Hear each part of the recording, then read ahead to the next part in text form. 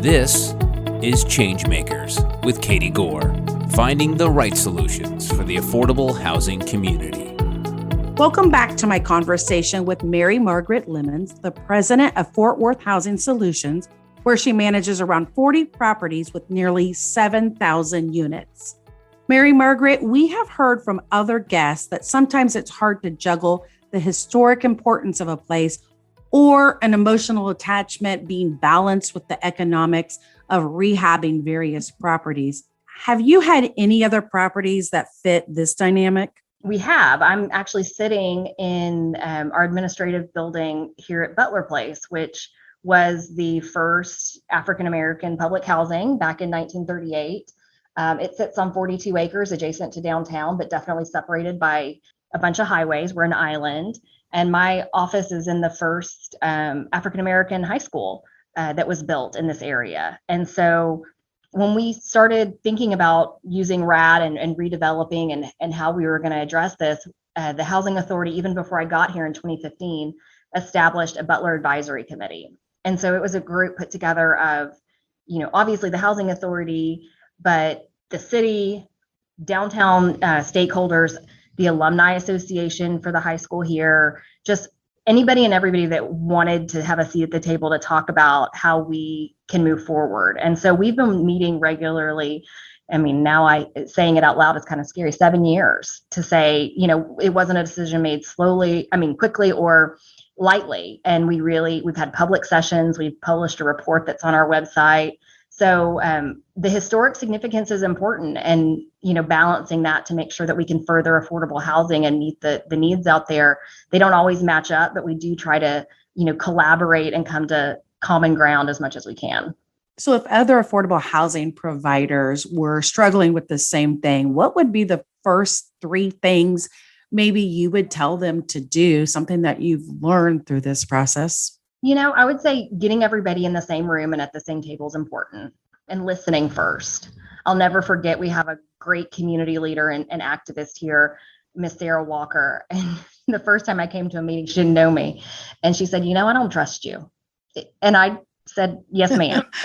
Yes, ma'am. And so I think showing up and doing what you say you're going to do is important. And so just being really honest. And, I understood her biggest concern was preserving this building. And I said, absolutely, we can make that happen. So whether it's a deed restriction or putting it on, a local registry for historic places, we were open to making sure that we met the needs of the community, because I know that we can't make everybody happy all the time, but I think some of these really important things you can address and you can find common ground and collaboration to move forward. So I recently read that some of the funding that you've received in the last couple of years, you're doing a Housing First initiative. What does that entail? Well, here locally, we've always been a great collaborator with our continuum of care. They actually have leased space from the Housing Authority for their offices for years. And so they're not only close in proximity, but close in top of mind whenever we're talking about programming.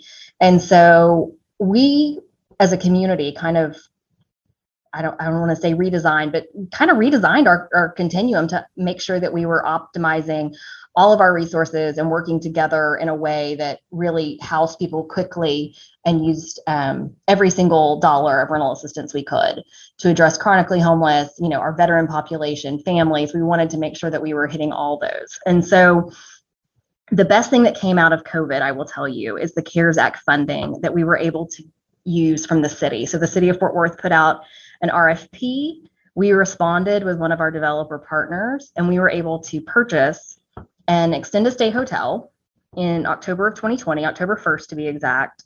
And we worked with our developer partner to not only relocate the existing tenants, but then rehab the property and get it ready for all of our residents to move in by December 31st. And so we started moving people in around Thanksgiving, had it fully leased up by the end of the year. And that has been one of our, it's such an awesome project. I can't tell you how, I get chills every time I talk about it, Katie. It has changed the lives of 119 people. Half came from camping on the street, half came from shelters. And the really unique thing that came out of that project was the way that we administer the services there. So not only do we have case management, but we have on-site case management all day, 5 days a week, from a variety of service providers. So we partnered with our Presbyterian Night Shelter for general case management, our MHMR group for mental health and substance abuse, and then JPS, our county hospital, provides medical case management to get all of our residents a healthcare home and make sure that they're connected to healthcare providers. So the combination of these efficiency apartments that have all the utilities, Wi-Fi, a TV, everything that you need was there when you moved in. We had a welcome basket that had linens and plates and, your kitchen stuff. So you could literally come from the street with nothing and have what you needed to survive in your new apartment. And then having that case management there all the time really allows us to get to know our residents. And we've had super great retention rates there. So, the first year we had like a 95% retention rate of our residents. And so for that population, it's pretty amazing. What's the name of that property? So that property is called Casa de Esperanza. So House of Hope is what it translates to in English. And we're just really proud of the collaboration that came out of the community to make it happen. I know that you collaborated, but I did hear that this was your brainchild, this idea. We had been talking about it for a while with the continuum of like, how can we put all the services and the housing in one place and really address the needs? Because for a while, the community had not really looked upon large groups of permanent supportive housing units in one place as a good thing. And from the case management side, spreading them out becomes really challenging to make sure that all those clients are getting the correct case management. And so, it was a test case, the funds were there, and we made it happen quickly. And, we're successful a year and a half later, and we want to replicate it. We want to do it again.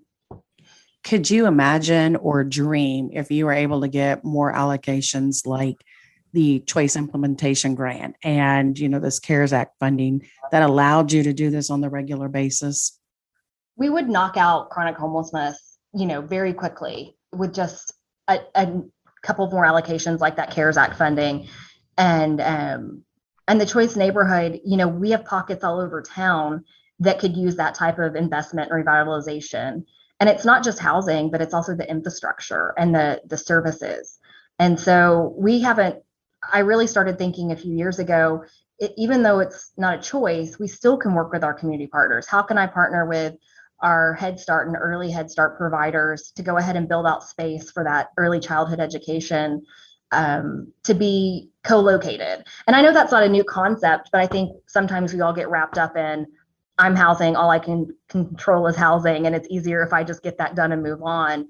But I think sometimes taking time to work with partners and do it the right way from the beginning really saves us time on the back end of addressing issues that pop up later. I'm speculating here, but if you had a chance to advocate for policy, programming, or funding, what would it take to meet the affordable housing need in Fort Worth? Naive little me, right? I came in as the attorney, and just because I'm a voracious reader and probably a super annoying colleague to some of my my employees now, I asked a lot of questions. And when it really hit me that our baseline authority here was around 5,000 vouchers for 1 million people, I just thought, does someone in DC know that? Like, has somebody put two and two together that Fort Worth is growing at such a fast pace? And you've given me 5,000 vouchers to try to meet the need of these people that are just trying to have a safe place for their families. I mean, it's mind-boggling. And so one of the things I've talked about with a lot of our local HUD officials and even some of the higher ups is, can we do a new fair share allocation? Can we look at populations and who's able to utilize vouchers and kind of redistribute them around they've been doing a better job with some of these special purpose vouchers of reallocating, but just our regular old HCV vouchers, right? I mean, they're like a golden ticket, and people shouldn't have to be on a wait list for years before their name comes up to be able to go and even start looking for housing that's affordable. And I'm assuming also the administrative proration, like we like to say, that says to you how to operate those vouchers too. So probably both of those in tandem, right? Absolutely. And in the meantime, I've just gone out to some of our local funders and private foundations and said, we think that we might be able to make a bigger impact in the community and get people on their feet quicker if we had extra funding to really not just provide a housing counselor that's, checking income and making sure you qualify, but really serious case management to hook you up to all these great resources in the community. Because the way that we're funded with HUD, it's really, unfortunately, kind of a check the box function of administering vouchers instead of being a holistic approach to, I've got all this information about a family. I know how many kids they have, how much money they make, their medical situations. What if I was able to take that and make warm handoffs to these resources within our community that could be life-changing for these families? Mm-hmm. And do you have a lot of people going through that program that goes out into home ownership? Or do you see your community, kind of that balance between rental and home ownership? I mean, any speculation on what the needs are there? We operate a home ownership program. We're super proud of it. I wish we had more stock of first-time homes that were, a reasonable rate. But in Fort Worth, that number is about $300,000 for a starter home these days. And so over the past couple of years, I think in 2020, we were able to have 18 people close on homes out of that program. But in 2021, we only were able to have 6. And it's really not because we don't have qualified people that are ready. It's really, we don't have enough homes that are in the range that they can afford. And so I would love to be able to have more homes come in. I mean, remember when a starter home was under $200,000? Mm-hmm. So that's another good advocacy plug too, in addition to the vouchers, is to try to say, what really, really aggressive means can we use for home ownership? Because that's a great tool for economic advancement. And we've had such success on our FSS program, family self-sufficiency. I mean, that was my favorite day of the week, is when I got to sign checks for some of our FSS graduates. And they're not small dollar amounts. I mean, these people were earning and able to escrow, upwards of $10,000 or $20,000 in some instances. And that's also very life-changing for some of these families. And so to be able to point them in the direction of home ownership is really just an awesome thing for the Housing Authority to be a part of. So I want to cover one more concept here that I think you guys, you're doing so well, you and your team. I want to talk about this exhibition at the Fort Worth Community Arts Center, because I love when I can see the extras of housing. Again, we're not just check boxes and we're not just, the regulatory component, but we're really trying to do more than just housing, which is a whole conversation. People say, are we just in property management, or are we kind of like that comprehensive service in a person's life? Tell us though what you and your team did.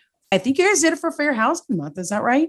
We did. We've been working with our community arts center and the public arts department, and really tried to spotlight, not just fair housing, but affordable housing. And so last year we did a panel and a little display. And this year we went back and we did this great presentation of images. There was over 24 images that showed kind of a historical progression of affordable housing.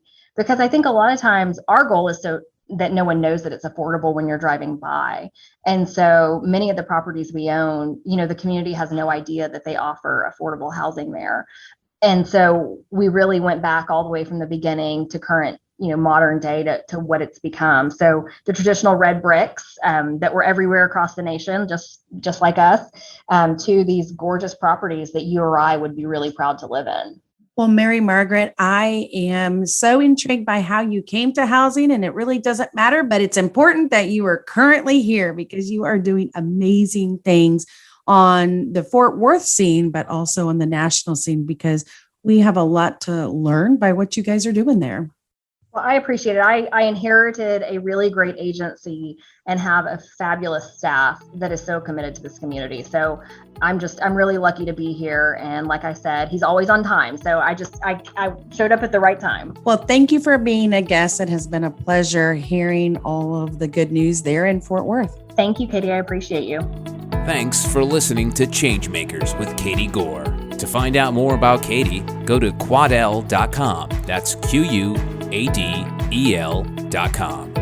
This has been a production of Forbes Books Radio.